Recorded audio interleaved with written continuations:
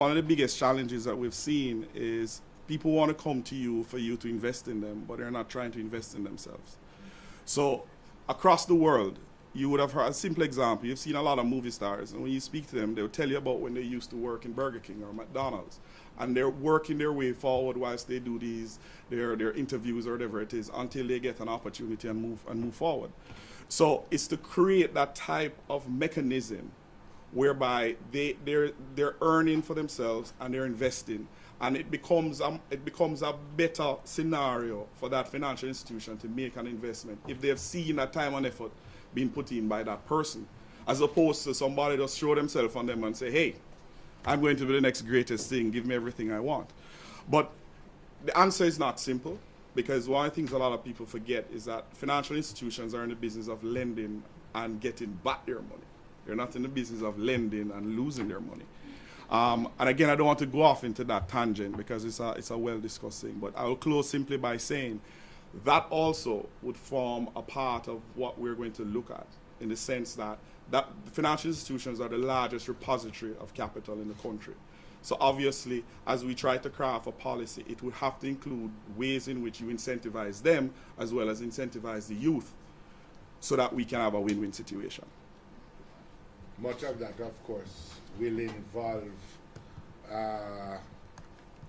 the regulatory framework governing financial institutions, governing the rules that are placed on the investment banking institutions and others by the Bank of Jamaica, the FSC, and others. Because when you ask yourself, why don't we have crop liens as part of the menu of financing for agriculture in Jamaica, whereas it exists in other places? Part of that answer has to do with the regulatory framework. In the last administration, we did a lot in introducing new legislation, secured interest in personal property, but there were still regulations that needed to change, because it doesn't make sense you have the banking system or the legislative arrangement saying one thing, but then the banks are being required to hold collateral in other forms, for example. And there are other elements in what I might call the ecology of lending that we hope the Commission will look at, so that we can go in this direction. Just to add, one of the realities is that the example you give is really the world of venture capital, not really banks. And as Dr. Phillips pointed out, one of the changes that was made is put in place a legislation that has given birth to more organized venture capital firms.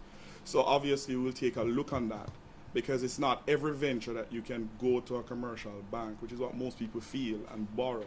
You actually need somebody to invest capital, and the vehicles for doing that are really venture capital vehicles, which there's more capital that can be incentivized to be in that area, and it's something that we'll take a look at.